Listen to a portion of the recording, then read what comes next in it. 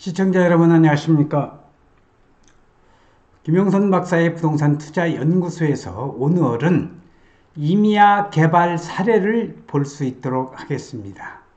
임야를 개발을 하려면 산지 전용 허가를 받아야 되는데 이 산지 전용 허가에 관련된 내용과 임야 개발 사례를 여러분들에게 말씀드릴 수 있도록 하겠습니다. 특히 오늘 강의 내용은 전문가 수준이 아닌 일반인들이 임야를 개발을 할 때에 어떤 점에 주의를 해야 되고 산지 전용 절차에 관련된 내용을 간단 명료하게 일반인들이 알기 쉽게끔 전문가 수준이 아닌 일반인 수준으로 해서 알기 쉽게 말씀드릴 수 있도록 하겠습니다. 자, 임야개발 사례에서 산지 전용 허가는 도대체 무엇이냐? 자, 산지. 자, 이런 산이 있을 때, 이 산을 산지정 허가를 맡아서 이렇게 빌라도 짓고 전원주택도 지은 이런 모습이 지금 사진에 나오고 있습니다. 우리가 토지 투자를 할 때에 농지보다도 임야를 선택한 이유는 몇 가지가 있겠지만은 가장 큰 이유는 아마도 가격이 저렴하다는 것이 되겠습니다. 농지는 임야에 비하여 가격도 높고 농지를 취득하기 위해서는 우리가 농취라고 하는 농지취득 자격 증명원이 반드시 필요한데 상황에 따라서는 발급이 안 되는 경우가 있어서 발을 애타게 동동 구르는 경우도 있습니다. 농지취득 자격 증명원이 발급이 안 되는 대표적인 이유 중 하나가 바로 공부상 농지이면은 현 상황도 농지여야 된다는 겁니다. 농지를 마음대로 변경을 해서는 농지가 아닌 다른 용도로 사용하고 있다면 이를 원상복구하기 전까지는 매수자가 농취라는 농지취득 자격 증명원을 발급받을 수 없는 것이죠. 하지만 임야는 이런 증명 자료가 없어도 취득이 가능하다는 장점이 있습니다. 물론 임업인이라고 한다면 여러 가지 혜택을 더 받을 수도 있겠지만 그렇지 않아도 특별한 경우가 아니고서는 일반인이 임야 취득에는 별 문제가 없다는 것을 말씀드릴 수 있겠습니다. 그렇지만은 임야 개발 시에서는 몇 가지 주의사항이 꼭 있습니다.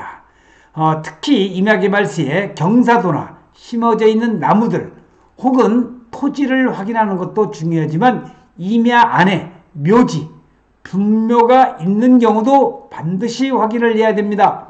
임야 개발 시에 발목을 잡는 문제 중에 하나가 바로 분묘입니다. 분묘 중에서도 특히 무연고 분묘가 문제되는 경우가 많습니다. 무연고 분묘는 오랜 기간 관리가 안 되어서 잡초가 무성하거나 분봉 자체가 식별이 안 되는 경우도 많기 때문에 토지 투자, 임야 투자하실 때는 반드시 우리 투자자 여러분께서는 주의를 하셔야 된다는 걸 말씀드리고 싶습니다. 그렇기 때문에 임야를 개발하다가 무연고 분묘가 발견되면은 공사가 중단되기도 하고 연기되기도 합니다. 임야를 거래를 해보았고 묘지에 대한 문제를 경험해 보았다면 조심하겠지만 그렇지 않은 경우는 계약 당시에 분묘에 대하여 특약을 정확하게 기재하는 것이 좋다는 것을 꼭 말씀드리고 싶습니다. 자, 임야에 관련된 이 사진이 지금 나와 있는데 임야를 구입할 때 또 조심해야 될 것 중에 하나가 면적을 확인해야 되는 것입니다.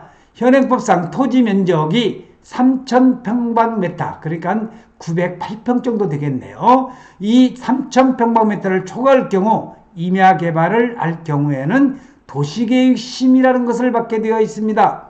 도시계획심이라는 것은 각 지자체마다 장기적인 발전 계획이 있기 때문에 지방자치단체에서 일어나는 모든 개발 행위는 그 발전 계획 틀을 벗어나서는 안 된다는 겁니다. 그렇기 때문에 3,000평방미터를 초과하는 임야를 개발할 때는 해당 지자체별로 문제가 없는지를 먼저 확인하는 것도 중요합니다. 만약 도시계획 심의를 받게 된다고 한다면 공사기간이 늘어가고 별도의 비용도 추가되기 때문에 이런 문제들도 확인을 잘 하시는 것이 중요합니다. 임야 개발을 할 때 가장 신경 써야 하는 것 중에 하나가 바로 임야의 경사도를 확인하는 것입니다. 임야의 경사도 아주 중요합니다. 임야의 경사도에 따라서 개발 자체가 아예 안 되는 것도 있으니까 그만큼 주의하라는 걸 말씀을 드리고 싶고, 임야는 경사도가 너무 높으면 개발 자체가 불가능합니다. 그런데 이 경사도라는 것은 지방자치단체별로 각기 다 다르기 때문에 그 지방자치단체의 조례를 꼭 확인해야 된다는 것 말씀드리고 싶고요.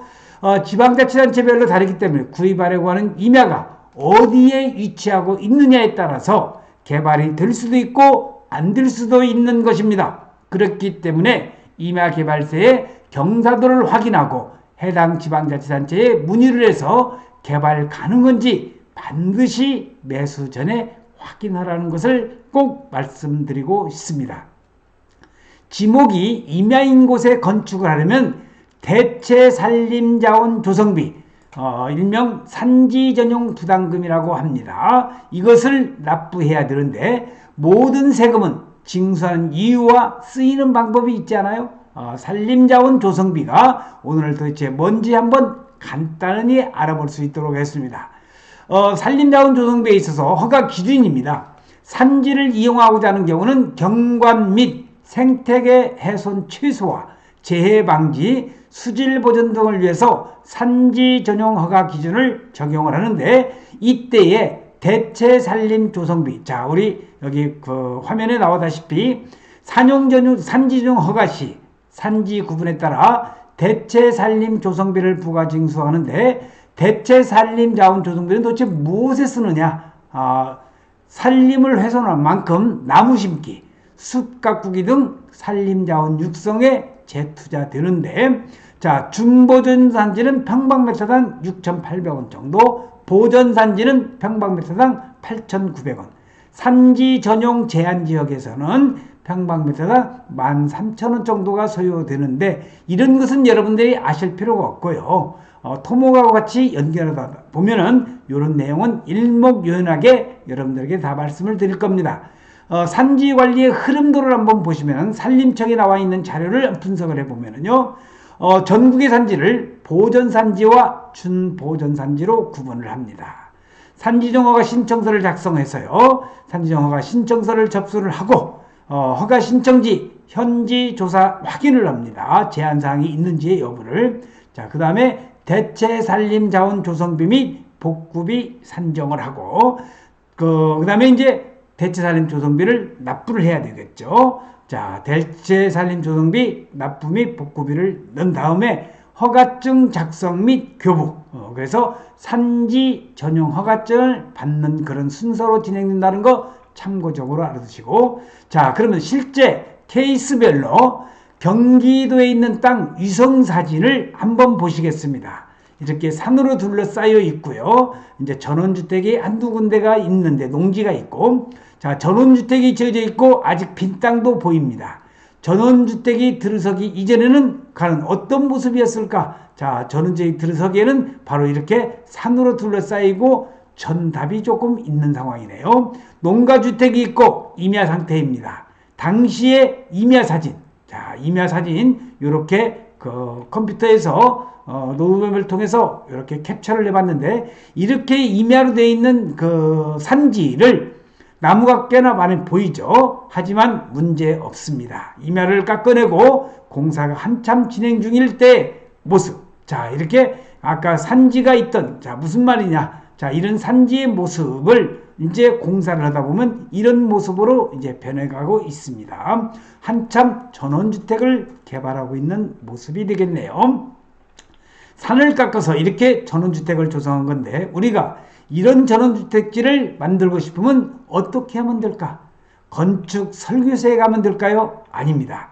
건축 설계 사무소는 건축에 관련된 내용을 얘기하는 것이지, 건축 설계 사무소에서는 토목 허가에 대해서는 그렇게 전문가가 아닙니다. 바로 해당 시군 청사 앞에 있는 토목 설계 사무소에 가서 상담을 받으면은 상세하게 안내를 해드릴 겁니다. 그래서 시군구청에 가서 그 주변에 토목설계사무소가 엄청나게 많이 있는 것을 아마 시청자 여러분께서는 잘 아실 겁니다. 토목설계는 바로 이런 일을 전문적으로 한 전문가들이니까, 자, 그래서 여기에 나와 있는 인터넷을 쳐서 어떠한 군청이다, 시청 주변에 치면은 여기 주변에 토목설계사무소가 많이 그 산지에 있다는 것을 참고적으로 알아두시면서, 자, 토목설계 공사 설계와 허가를 받는 것은 그분들이 해줄 것이지만 우리가 해야 될 일은 따로 있습니다. 바로 매도입니다. 개발한 후에 매도를 하지 못하면은 돈만 묶이게 됩니다. 그래서 이 땅을 개발을 검토하기 전에 입지는 좋은지 또는 수요는 있는지 분양 가격은 어떻게 형성되어 있는지를 조사를 하면서 우리가 임야를 매입하면서 산지 전용을 받고 임야 개발을 해야 된다는 것을 참고적으로 알아두시기 바랍니다. 땅을 개발해서 돈을 벌고 싶은 마음은 누구나 다 있습니다. 너무 어렵게 생각하지는 마시고요.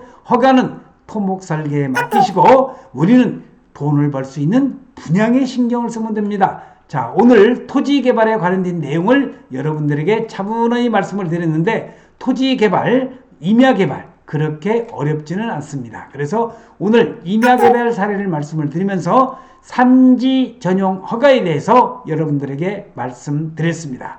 농지보다는 비교적 쉬운 그 임야개발 사례, 여러분들께서 전문적인 지식은 필요하지 않더라도 요 정도의 기본적인 내용, 자, 오늘 제가 강의한 내용은 전문가 수준이 아니라 일반인들도 임야 개발 사례, 산지 전용 허가를 받아서 부를 축적할 수 있는 그러한 사례에 대해서 말씀을 드렸습니다. 오늘도 11월 4일입니다. 여러분들께서 이제 가을이 서서히 지는 이때에 항상 코로나로 인해서 건강 조심하시고 경제적인 부를 창출하는 김영선 박사의 동영상을 시청하시는 여러분이 될 것을 기대를 하면서 오늘 동영상 촬영 마치겠습니다. 시청해주신 여러분 대단히 고맙습니다. 감사합니다.